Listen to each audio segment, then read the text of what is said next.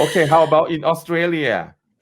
Oh, that's such a good news. Such a good news Okay. for me too, because Australia will welcome tourists and will open up their country now. So ever since COVID-19 hits, many of us might have missed the busy airports and excitement of planes landing in the new places. But for me, I'm very ready for a vacation. It's been 2 whole years since Australia has opened borders to welcome international visit. But now the country is ready to fully reopen to all vaccinated visa holders starting from February 21st. Prime Minister Scott Morrison announced yesterday that in order to visit Australian, visitors must be double vaccinated to come to Australia. That's the rule that everyone is expected to abide by it. And Morrison said the government's definition was that people need to have a full course of vaccine. In most cases, the full course is 2 doses, but for some international vaccine, it's only one.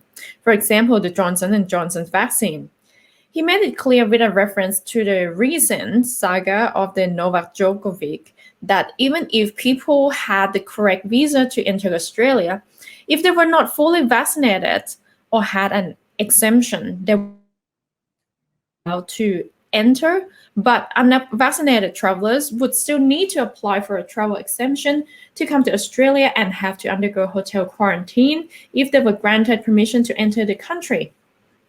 Australia has been pursuing a staggered border reopening since late last year, allowing skilled migrants, international students, and backpackers to enter the country. The reopening represents the first time since March 2020 that people can travel to Australia from anywhere in the world as long as they are vaccinated.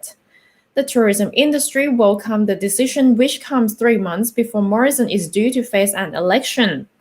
The industry has relied on the domestic market that has itself been heavily impacted by movement restrictions.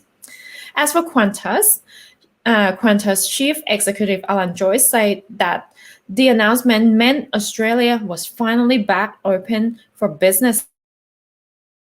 Put it as, this is fantastic news for our people and our customers. So previously, the government shut the international border to everyone except Australian citizens and residents in March 2020 amid what was then the emerging coronavirus pandemic in an attempt to slow the spread of COVID-19 in Australia. The government has slowly begun to reopen certain countries and people, first with the New Zealand travel bubble and most recently allowing tourists from Japan and South Korea, along with some visa holders back into Australia.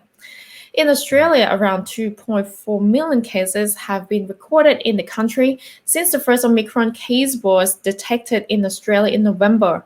And until then, Australia had counted around 200,000 cases, with total deaths stand at 4,248 since the pandemic began. I see.